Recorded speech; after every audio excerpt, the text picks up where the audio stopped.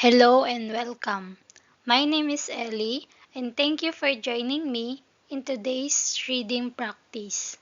The story I will read is called The Boy Who Cried Wolf, a short fable written by Aesop.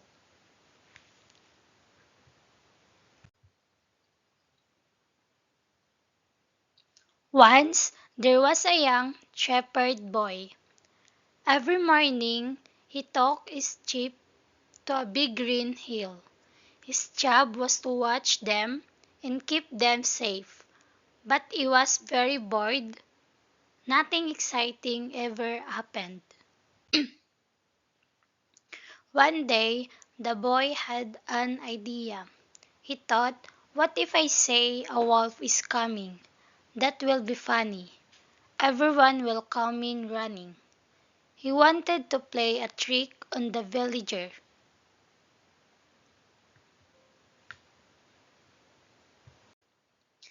The boy stood up and shouted loudly, Wolf, wolf, a big wolf is chasing the sheep.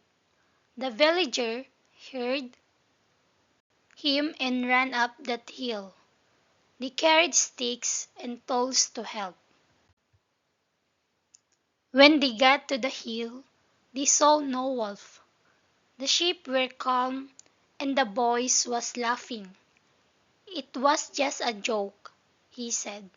The villagers were not happy. The next day, the boy felt bored again, so he shouted, Wolf, wolf, even louder than before. Once again, the villager ran up the hill to help. The villager said, Don't lie to us again. This is not funny. We came to help you. The boy laughed and watched them go back home. He thought it was a good trick. They looked around, but there was no wolf, just the boy laughing louder than before. Why do you keep coming? He joked. The villagers were angry and said, If you lie again, we will not come next time. The next afternoon, the boy was watching the sheep again. Suddenly, a real wolf came out of the forest. It growled and showed its sharp teeth. The boy was very afraid. He jumped up and screamed, Wolf, wolf, please help. A real wolf is here.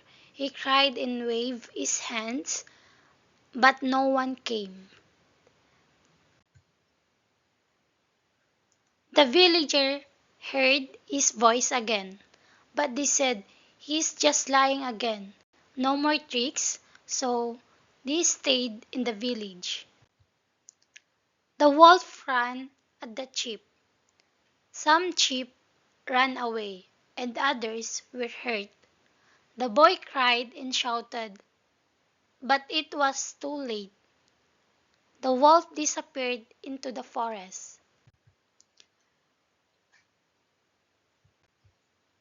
The villager said, When you lie again and again, no one will believe you, even when you are telling the truth. Moral of the story: telling the truth is very important. If you lie many times, people will stop believing you. Even when you finally tell the truth, in this story, the boy lied about a wolf coming. So the villager didn't trust him when a real wolf appeared. Because of that, the sheep were hurt and the boy was left alone. This teaches us that honesty builds trust, while lies destroy it. Always speak the truth, even if it's hard.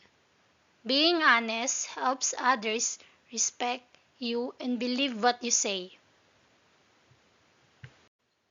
Thanks for watching. If you enjoyed this story, Don't forget to like, subscribe, and hit the bell to get more reading practice videos.